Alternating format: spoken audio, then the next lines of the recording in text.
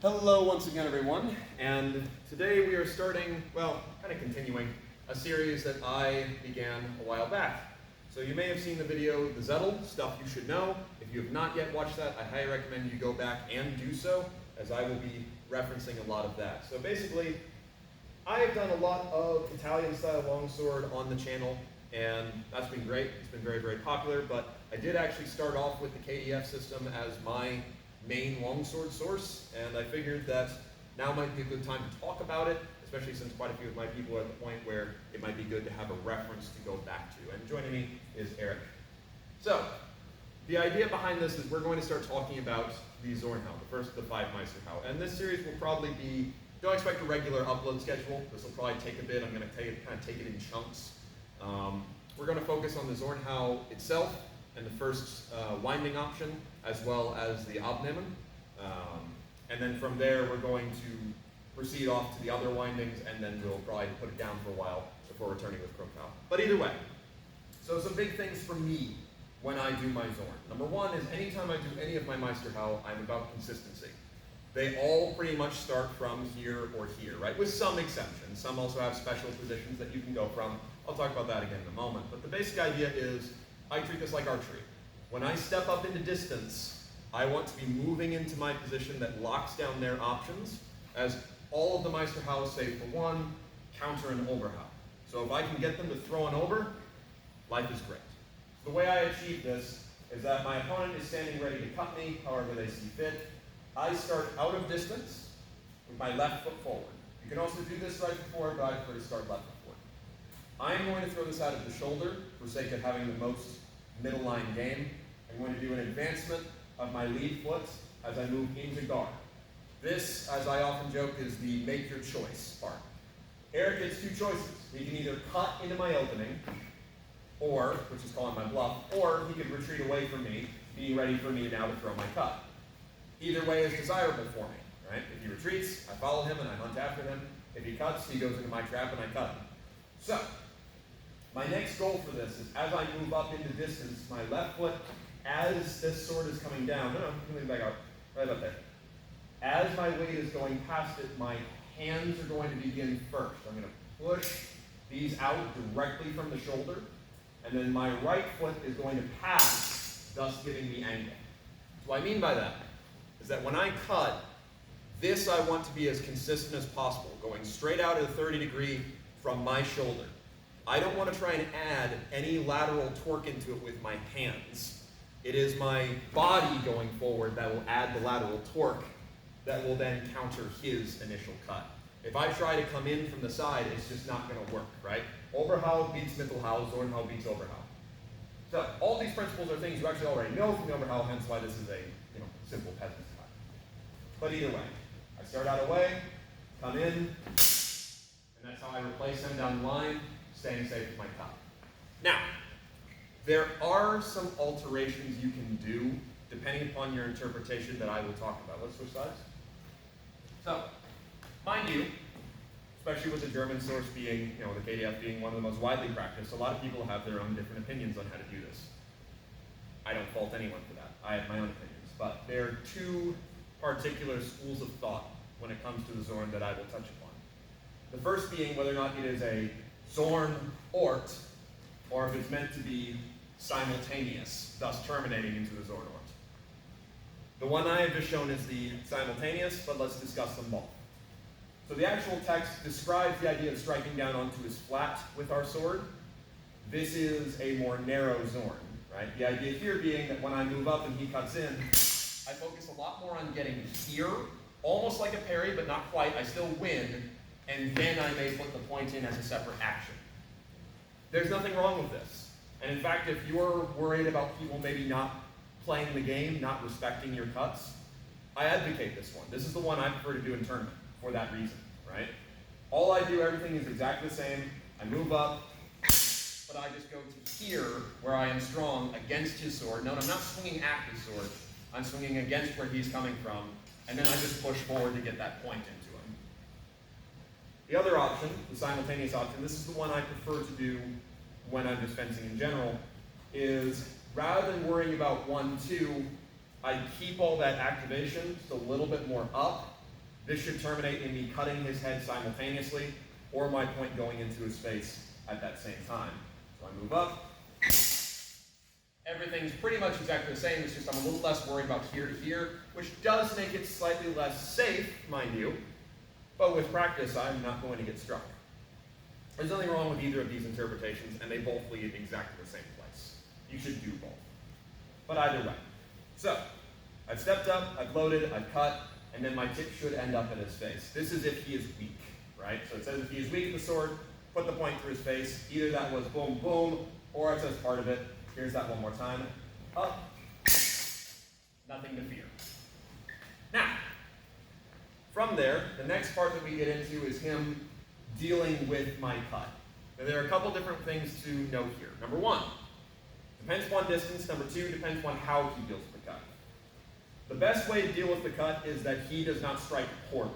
So what I mean by this is I'm going to cut at you as you come to distance area.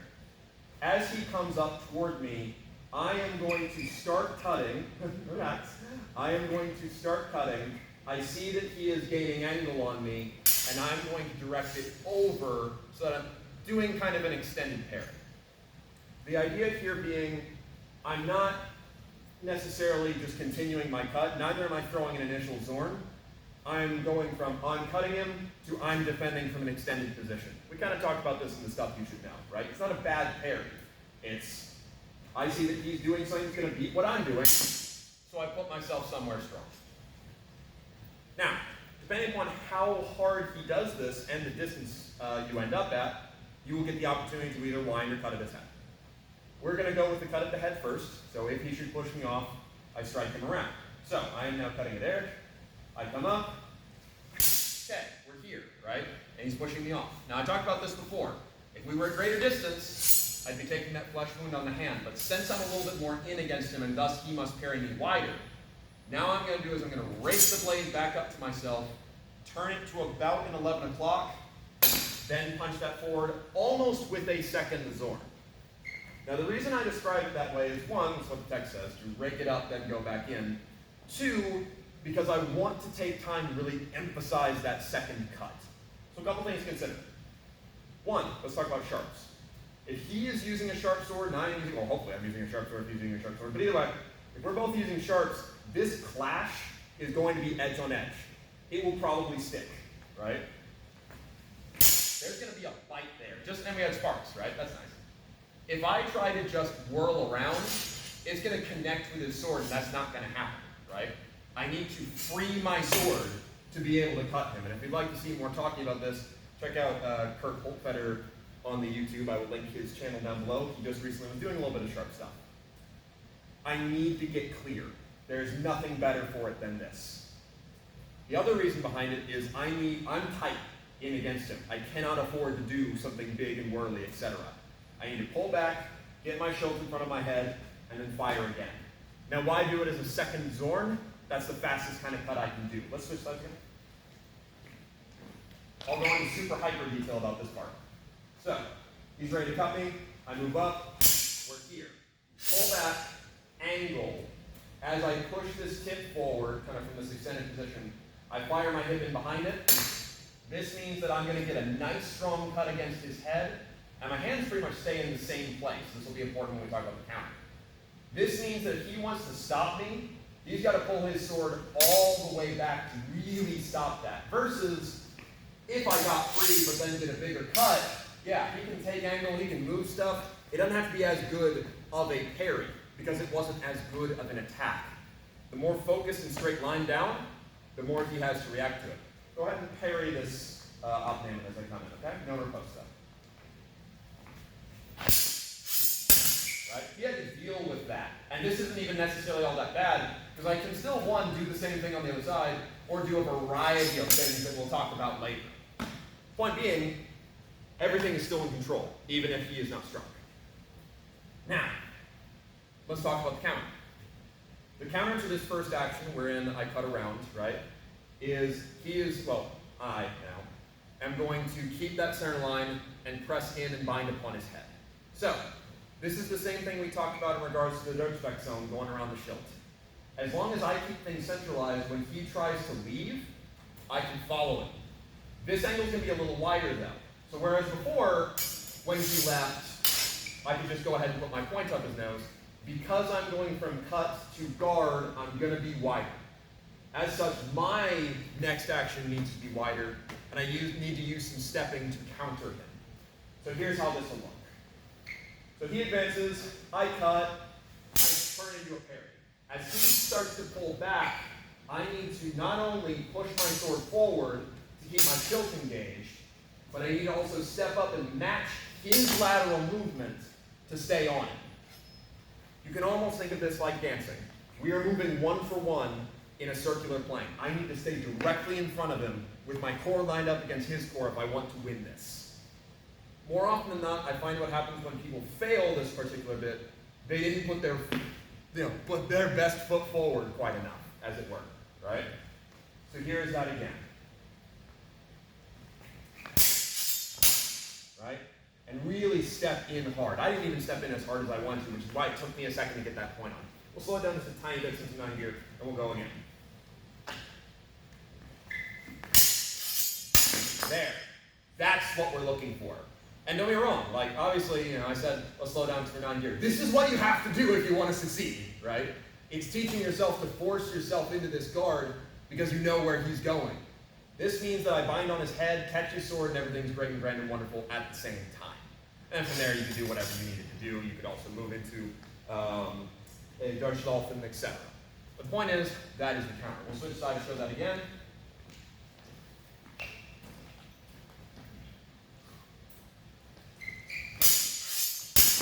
Right? And I'm just in as much as I can be. So, this is just harkening back to lessons we already know. I don't think that the Zornhau is meant to be a simple peasant strike because it's simple. It's not. I just basically did a presentation for 10 minutes as to why it's not simple. But it didn't teach us anything new. If you go back to the stuff you should know section, all the stuff we should know is already in there, right? I'm cutting from my dominant side. Okay, that's all straightforward. I'm feeling pressure and going where it is not. And then I'm keeping my shield in front of my head so if he goes around, I can protect myself. This is literally just everything we already talked about. The only thing we haven't gotten to is the idea of shaming him down below if he goes high, because all of that comes up in the winding section, which we will now tackle lightly here. So, my options. When I come into the bind now, rather than pushing me off, Eric's going to keep a bit more distance. As such, we'll end up more in almost a Zorn-on-Zorn bind, and this will also be something that can come out of the Zorn-on-Zorn bind. So the idea here being, I move up, we're a bit more in the middle, right? Those of you that have done some Wallstein, this is where you get into the scales, right? I have a couple different directions I can wind in, and this is where we're also going to get into a bit of a tinfoil hat theory bind. So first off, winding. My first wind is going to be a long edge wind. We will reiterate that later when we get to Cotinuing, right? The idea here being I'm going to lift and push as I go up his blade. Now again, with sharps, this is actually easier. If we got a good stick there, his sword's just going to move as I go in. But even if we didn't, this is still just geometry, right? I'm going to punch that forward as I step up and in, thus striking him and keeping myself safe. I actually got more pressure than one, right? This is standard stuff. I think I've actually talked about its own dedicated video. But we'll go over it again. I move up, we're bound, punch it in to get your hit. Nothing too complicated there. Now the question becomes, is that the only wind you can do? So one of the theories that I have, and this kind of harkens back to the shield thing, is from here on, I do not want to take off unless I absolutely must. And the only situation which I absolutely must is a situation in which he cannot perform the counter we just talked about. So what does that mean? We're in bind with each other. I can't take off right now. He will get me. He pushes me a little bit over. I still can't take off. He pushes me farther than that. This is where I can take off. Basically, from my perspective, my tip was lined up with his face, can't leave. Shoulder, can't leave. Outside of his shoulder, which is his tip lined up with mine, now I can. As long as I've followed this, I've never been caught while doing a takeoff, right? And frankly, I also have just been doing less takeoffs, which isn't a bad thing, right? Same for you as well, Eric. So, what do I do instead if I'm in that middle ground? So we cut in against each other and we're here, okay? But rather than being able to wind through, Eric is just one tick over, okay? I can't wind through here. Well, I can, but I'll have to use lateral movement to do so. We are taught that there are 24 windings, right? Technically there are 8, plus you can thrust, cut, slice on all of them. If he's a little bit more locking me down, he's being savvy, right? And you can go ahead and pull your tip a tiny bit back to you. There we go. Now I really can't get him with what I was trying to get him with, but I also can't cut around. He's very much banking on the, aha, I got you. What I can do is I can wind to the other opening. So I'm going to push my pommel underneath my hand as I raise my tip slightly, which allows me to get my tip back on line without actually losing the bind. Now the immediate thing you're going to probably think is, but isn't your head open? Yes it is. But he will have to make a decision to go for my head at the expense of that point in his face. Now you should never rely on people respecting points in their faces, because people are stupid and nobody dies, right? But I am not pushing against his sword, neither am I leaving his sword. I'm trying to keep things as consistent feeling as possible from his end, which means that he is unlikely to see opportunity because he felt change. He's more likely to see change and then deal with my opportunity. So, we'll strike in against each other. Okay, he locks me down a little bit higher, a little bit more over. All I do, again, lift slightly, if you need to. Pommel underneath, do not step forward. This allows me to get my tip on line, and if he continues to lock down, continues to get pressure, and maybe even gives me more, I may now step opposite my hands to strike him. If he does not, if I get into that same position, and I turn, but rather than, he's starting to come back to middle, just drill back down to the middle line. Sometimes you'll win that bind, other times you'll just end up where you started, but in the middle again. So real quick on that point, when we're here, he's locking me down. If he lightly comes back to middle and then gives me pressure as I drill in, we end up in the middle. Now I can wind. He'll never be able to regain what he had, not without doing a lot of movement, and I can stay on. So, wind, don't step. If he keeps pushing, step. This is my alternative to hard pressure. Because from my perspective, when we bind in against each other here, this isn't necessarily hard, it's firm, right? But winding through it is not difficult in the slightest, right? It's not quite the same as just that, but it's not any harder, right? When he's pushing me over to that degree a little more, I don't want to wind through that, but because he's narrow, I don't want to take off either. This is the perfect alternative to that. And it just harkens back to more things that we will talk about as we get deeper into the winding section. And then we'll take a break and talk about other, master strikes. Then we'll get back into the winding section. But either way, to go over our total options one more time, just through it all. From the beginning, my Zornhau. He's ready to cut me, move up, strike him simultaneously, or 1, 2. Either way is fine. He now adjusts against it to prevent me from cutting him, but creates a bit of a wider angle, which allows me to come around with my second cut. I'm now on the flip side of that. I'm cutting in against him. I see what's going on. He starts to try and leave. I stay on him, thus cutting him in the face, or binding on his head. All these are desirable. Back to middle.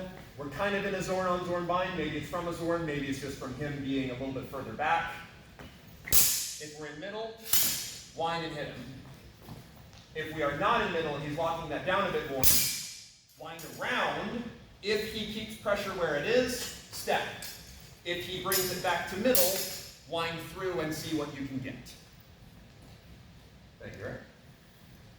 And that's going to be my bit on the Zornhau for now. We got some more things in that bind stuff to go over, which I think is kind of tier 1 off of the stuff you should know. Because again, not a whole lot of new information.